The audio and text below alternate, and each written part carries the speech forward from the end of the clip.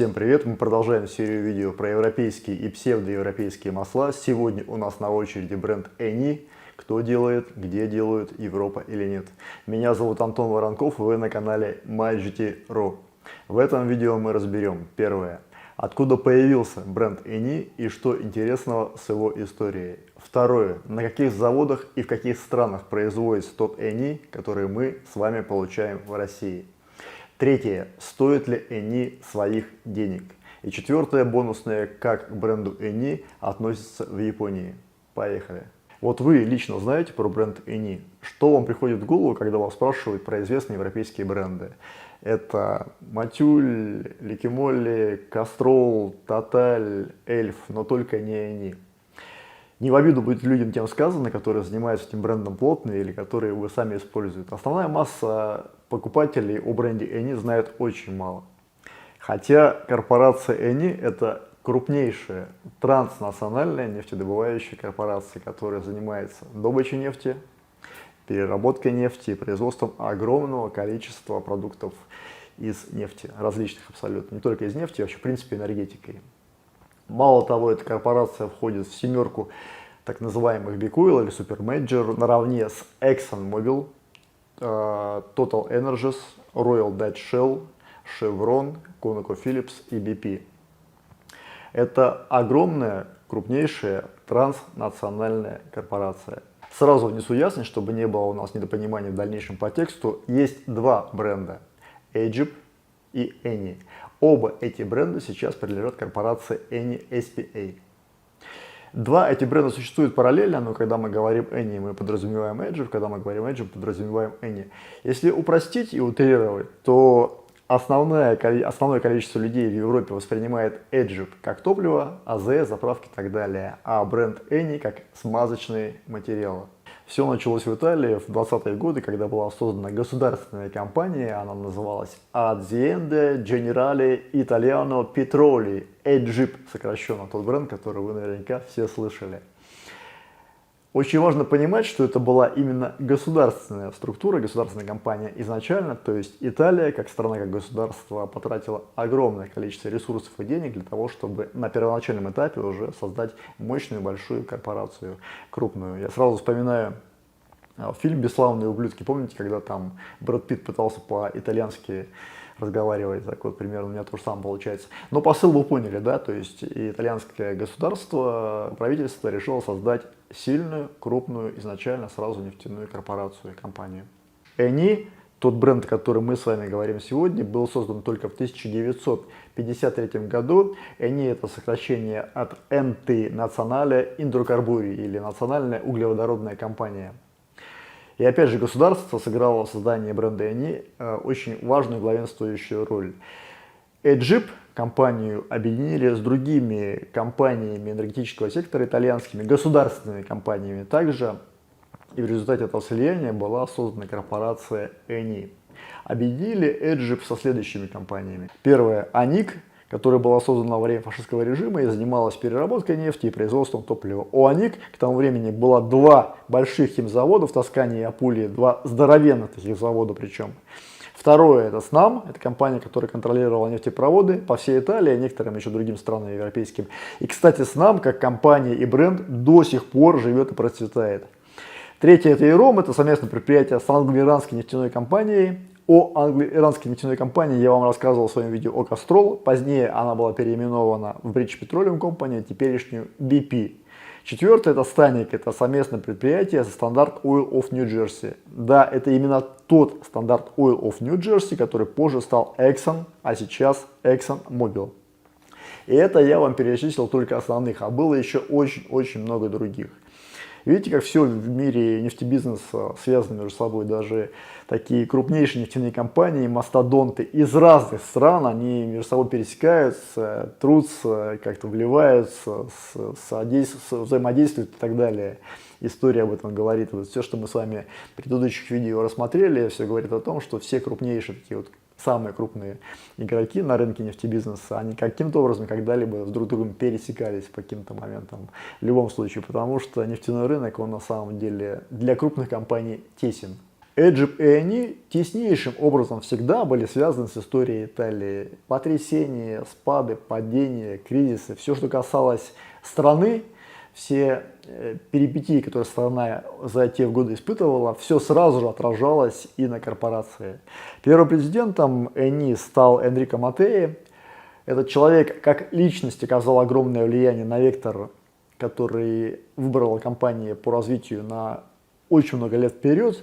Они очень много чего строили, они построили гигантскую сеть станций технического обслуживания по стране, причем это не просто были станции техобслуживания, это были комплексы большие, это были СТО, плюс АЗС, плюс кафе, плюс гостиницы. До этого в Италии массово этого никто не делал, это было в новинку, такой вот совокупности комплекс вместе состоящий одной структуры. Это было очень удобно для людей. И это было прям большой шаг вот в развитии, в эволюции этого бизнеса. Корпорация, так как это была государственная корпорация, причем огромная уже в те годы, она занималась очень плотной энергетикой и атомной энергетикой в том числе, как ни странно, и химическая промышленность, они очень сильно помогали, у них есть были заводы, которые делали там из химического сырья и ткани и так далее. То есть это была такая многоцелевая структура огромная, которая много чем занималась. Они построили огромное количество ЗС, они построили трубопроводы. ФРГ трубопровод построили, в Австрии трубопровод построили. Про АЗС, про многочисленные по стране уже там отдельно стоящие я не говорю, это просто было колоссальное количество АЗС на те годы, по крайней мере. Поэтому компания очень сильно развивалась и очень сильно прогрессировала и эволюционировала бизнес, который был связан вот именно с бизнесом АЗС. Только в 1992 году корпорация НИ была реорганизована из государственной в акционерную. Что представляет из себя компания Эни сейчас? Это, конечно, энергетика, все, что с ней связано. В первую очередь, конечно, это возобновляемые источники энергии, это биорефрижераторные заводы, это зеленая энергетика, это фотоэлектрические заводы. И все, что с ними связано, и так далее, и тому подобное. Все, что касается возобновляемых источников энергии, то есть вектор развития четкие. Ну, это неудивительно, потому что сейчас этим болеют все абсолютно. Посмотрите на японский GXTG, NEOS и так далее. То есть все в это уходят постепенно. Что связывает Эни, Egypt и нас, Россию? Ну, во-первых, первые заводы, которые строили Эни, НПЗ в Италии, они все снабжались российской нефтью. И вообще на 1960-х годах Италия это был самый главный для СССР тех времен, самый главный рынок сбыта нефтепродуктов. Самый главный рынок сбыта. К тому же в 1991 году Аджип была первой структурой иностранной, которая в то время еще, скорее всего, это было еще СССР, вот переходный момент как раз был, да, это когда у нас все сломалось. Аджип это была первая корпорация, которая построила свою небольшую, пускай, но все-таки сеть АЗС в России под брендом Аджип. Вы представляете себе, да, 91 год, первая иностранная компания со своими АЗС в России, уже в СССР в России, переходный момент. Я представляю себе удивление наших сограждан, которые видят этот сервис, да, видят эти АЗС после наших АЗС, которые стояли там на отшибах. Вот и выглядели не очень хорошо. Я помню еще наши русские АЗС, которые были вот до всех этих Газпромов и так далее. И вы, наверное, тоже помните, если родились тогда. Поэтому думаю, что не нужно рассказывать о том, что для людей было просто культурным шоком видеть цивилизованные АЗС там, с кафе, с магазинами, объединенные для нас, для россиян. В то время это было реально просто шокирующе. Самое интересное, конечно, для меня в истории компании Egypt и Эни – это их символ. Шестилапый пес, который извергает пламя изо рта. Это, наверное, самый необычный логотип или символ компании, который мне когда-либо в принципе встречался. А все началось в 50-х годах прошлого века, когда все АЗС по Италии Egypt, они были многочисленные, но они были все абсолютно серые, невзрачные, государственные, и надо было с этим что-то делать, потому что в стране начинался экономический бум, послевоенное восстановление, и страна требовала чего-то яркого. Поэтому Egypt решили в 1952 году устроить конкурс. Конкурс на лучший логотип для основных продуктов компании. Это нефть, Суперкорта Маджоре называлась, и природный газ, Egypt газ. Участники прислали 4000 работ, каждая из которых состояла из 2 рекламных плакатов, 2 логотипов и варианта цветового решения для фирменных АЗС Egypt. Конечно, это все было не бесплатно, естественно. Был хороший призовой фонд. Огнедышащая собака, которая прислана была Джузеппе Гуцци, заняла 2-е место, но приняли именно ее. Почему шестиногая собака, которая извергает из пасти пламя? Не забываем, что все дело происходило в Италии, стране людей экспрессивных, и которые любят некоторые даже гротеск. Поэтому основной гипотезой является то, что 6 ног собаки символизируют 2 ноги человека, а 4 колеса автомобиля. А пламя, которое извергает собака из своей пасти, огненный союз водителя и его авто. Ну и одновременно еще и нефтяной факел.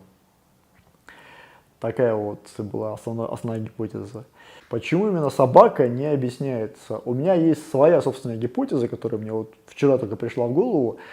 Возможно, что жюри зацепила подсознательная любовь итальянцев к столице, к своей, к Риму.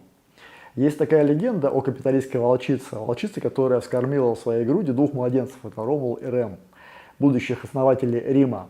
И такая статуя небольшая этой волчицы, она стоит в Пизе, я сам вот лично видел ее, вспомнил. Совсем маленькая статуя волчицы, которая скармливает грудью 2 младенцев Ромула и Рема. Не знаю, почему не ассоциативно это совпало, и это только лишь моя гипотеза, но тем не менее вот что-то пришло мне это в голову. Еще была гипотеза о связи этого символа с легендой о Нибелунгах, но это вообще уже там издалека. В общем, сам непосредственно символ этой собаки должен был символизировать энергию, прогресс и позитив, который царил в то время в стране, которая интенсивно восстанавливалась в послевоенные годы и была на подъеме. То есть сама идея была именно в оптимизме и в энергии, которая в то время витала в воздухе. Сама собака, кстати, очень сильно терпелась от дизайнеров. Там такой был дизайнер, который ответственный был за все вот эти вот логотипы компании. Боб Нурд его звали, что ли, не помню. В общем, он одно время вообще выдал идею, чтобы разделить все продукты компании, которые выпускаются для автомобилей, от всех продуктов, которые выпускаются не для автомобилей. Потому что дословно он считал, что если логотип будет один, то люди будут ассоциировать те продукты, которые компания делает не для автомобилей, с бензином. И что это дословно будет типа пахнуть все бензином. Поэтому он предложил сначала разделить, сделать 2 бренда разных, но так как собачку все любили и узнавали, то решили этого не делать, а просто маленько ее скорректировали. По-разному это было в разное время. Сначала просто добавили желтый фон, черный такие немножко закругленный квадрат, контур по краям. Потом у собаки немножко сгладили гриву, потому что она была сильно похожа на химеру или на германского грифона. А потом ей маленько увеличили глаза для того, чтобы собака выглядела более дружелюбной, потому что оказалось, что она с прищуром смотрит на вас. Поэтому сделали ее более дружелюбной, поместили вот в этот желтый квадрат с черным периметром. И этот бренд мы знаем, с вами узнаем до сих пор. И, кстати, реального создателя логотипа выяснили только через 30 лет. Им был Луиджи Броджин, а не тот человек, который прислал логотип на конкурс. В этом признался сын этого человека. Луиджи Броджин к тому времени был уже мертв. Вот очень такая темная история. И, кстати, этот Луиджи Броджин, он был скульптором, что частично подтверждает мою гипотезу о капиталистской волчице, потому что там тоже скульптура такая небольшая. Вопрос номер 2. На каких заводах и в каких странах производится тот ЭНИ, который мы с вами получаем в России? Ну, вы, наверное, понимаете, да, что у ЭНИ с НПЗ все в порядке, тем более с НПЗ огромным полного цикла. Они находятся у них в Европе, в Северной Америке, в Африке, на Дальнем Востоке есть. А основных НПЗ 8 крупнейших. Тот продукт, который производится для России, который мы с вами получаем у нас в России, делают на 4 заводах. Это завод в Германии, завод в Италии, завод в Испании и завод в Голландии. Для того, чтобы вы поняли весь размах корпорации, насколько крупные и большие заводы находятся в своей собственности, давайте, как обычно, проведем для наглядности специальный графический эксперимент. Возьмем один завод. Это завод в Италии, завод в Ливорно находится. Как всегда, я говорю, что все познается в сравнении. Давайте отметим границы завода красной линией и разместим на этой площади НПЗ, нефтеперерабатывающие заводы некоторых известных всем вам брендов. Конечно же, я буду соблюдать масштаб. Поехали. Вот мы размещаем на этой территории НПЗ «Одинол», на котором производится весь одинол для Европы и России. Рядом с ним мы размещаем НПЗ «Матюль», который находится во Франции. Именно на нем производится основную массу продуктов для России и частично для Европы. Рядом с ними мы размещаем НПЗ «Мегуин» в Германии. Здесь производят все ликимоли и весь мегуин для Европы и России. Рядом с ними встанет еще НПЗ Elis Enterprise в Нидерландах, о котором я уже рассказывал. Здесь производят все Нести и весь Valvoline для России и Европы. Весь Нести и весь Valvoline. Ну, в общем, ситуацию вы поняли. На территории только одного из НПЗ, которые принадлежат Eni, можно смело расположить из десяток блендерных НПЗ, бренды которых вы покупаете у нас в России. Это Легимоли, Матюль и так далее. Еще и там влезут все остальные. Почему же тогда Eni, моторные масла трансмиссионные, не продаются на каждом углу? Почему их нет там в любом магазине, ни в Европе, ни по миру, и вообще, в принципе, они мало представлены? Ответ на самом деле очень просто логичен, ничего такого хитрого здесь нет, потому что бизнес-портфеле корпорации Eni моторные масла, как направление, это мизерная доля. Я думаю, что это 100 или 90 позиция в рейтинге того, на что они тратят свои ресурсы, там, маркетинг и так далее. Корпорация занимается совсем другим. Она занимается энергетикой в большом смысле этого слова. То есть она занимается возобновляемой энергией, там, фотоэлементами, химической промышленностью, всем чем угодно, но только не моторными маслами, которые покупают конечные потребители.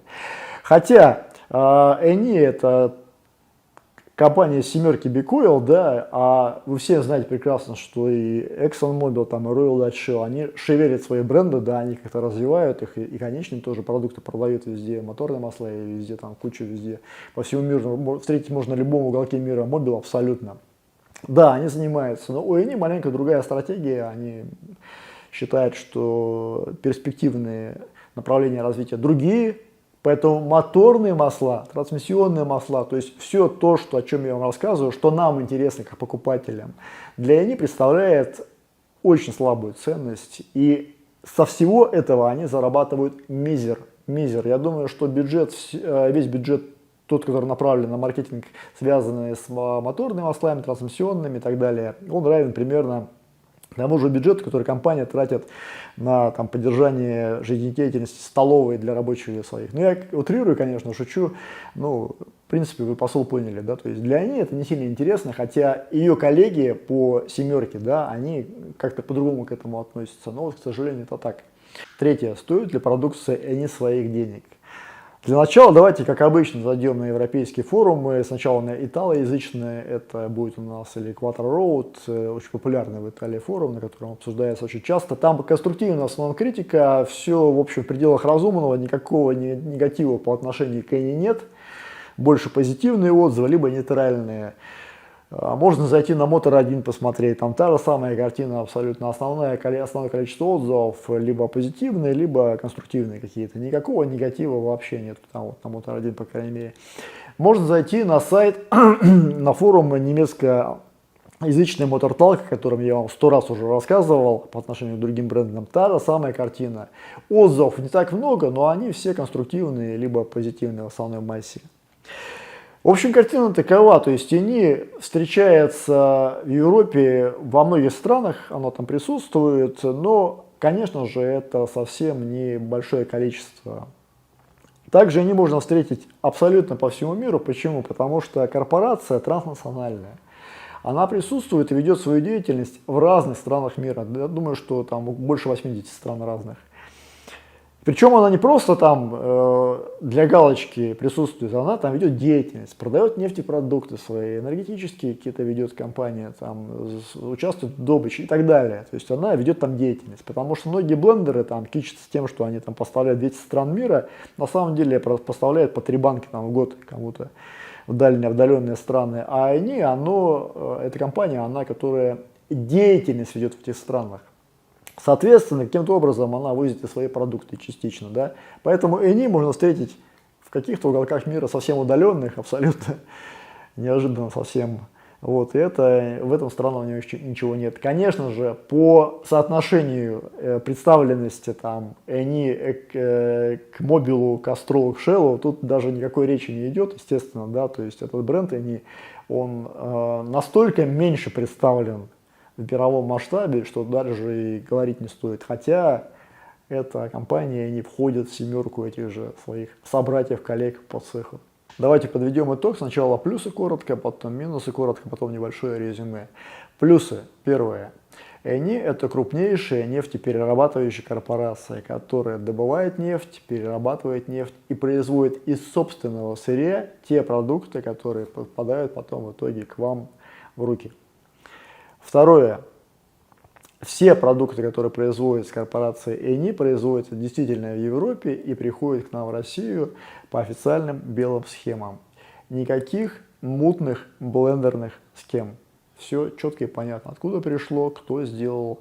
Везде стоят свои артикулы на каждой банке того завода, который произвел. Это будет в описании к этому видео, расшифровки тех артикулов, которые относятся к определенным заводам. Третье. В свободном доступе всегда есть МСДС, СДС, паспорта химической безопасности продукта на любой продукт Eni. Вы можете их скачать, посмотреть, изучить и так далее. Чего нельзя сказать от некоторых брендов, о которых с вами говорили в предыдущих наших видео. Это огромный плюс. Четвертое. В связи с тем, что бренд не очень популярен в России, мало представлен, то, соответственно, никаких подделок по этому бренду нет. И в ближайшем обозримом будущем, думаю, что и не будет у нас в России подделок под бренд Eni. Можно смело его покупать. Минусы. Первое. Слишком бюджетная тара. Да, тара очень простая. Я на русских форумах читал очень много постов о том, что люди купили Eni или Jeep раньше и воспринимают его как фальсификат. То есть как бы думают, что они купили поддельный продукт.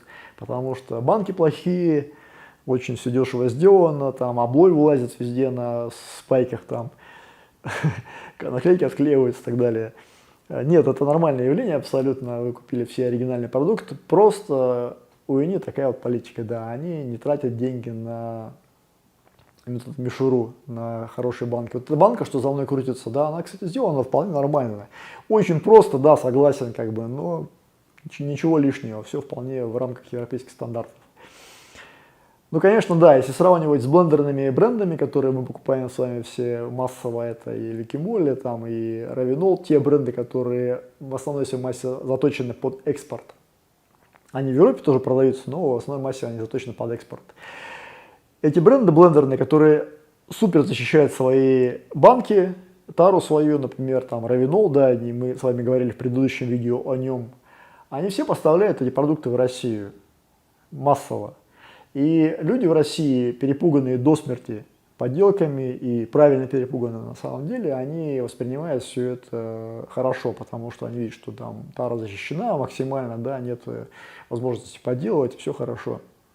У Eni такой цели нет. Во-первых, они очень мало продают в Россию товаров, и поэтому маркетинг европейский, продажи в Европе и продажи в России – это вообще две разные вещи. В Европе нет такой ситуации с подделками практически нигде, только вот у нас, в нашей родной стране. Вот. А второй минус – это малая представленность бренда по стране. То есть, если вы купили, например, 4-литровую тару Eni в Москве, залили ее, приехали в Екатеринбург, и вполне реально, что вы не найдете в магазинах доливки, потому что ее может там не быть. Третье – это очень слабая маркетинговая поддержка бренда по России. Малая представленность СМИ, там, мало рекламы, мало рассказов о бренде, статей и так далее. На мой взгляд, представленность этого бренда и его маркетинговая поддержка в России оставляет желать лучшего. Хотя они пытаются что-то делать, конечно, не без этого, естественно, но, тем не менее, получается это как бы пока что слабо. Надеюсь, что это исправится со временем. Стоит ли покупать ЭНИ, решать только вам. Я рассказал вам все, что мог. Конечно же, история бренда ЭНИ и Jeep, она более глобальная, но чтобы рассказать вам все, потребуется мне несколько недель и несколько серий, и никому это не нужно на самом деле будет. Основную историю я вам рассказал, все, что касалось интересных фактов, мы с вами пробежались, поэтому решайте сами.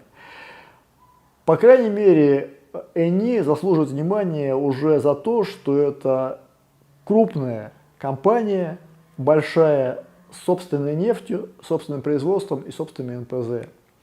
С прозрачной историей, с прозрачными поставками в Россию. Все прозрачно и понятно, откуда, зачем, кто, когда и почему.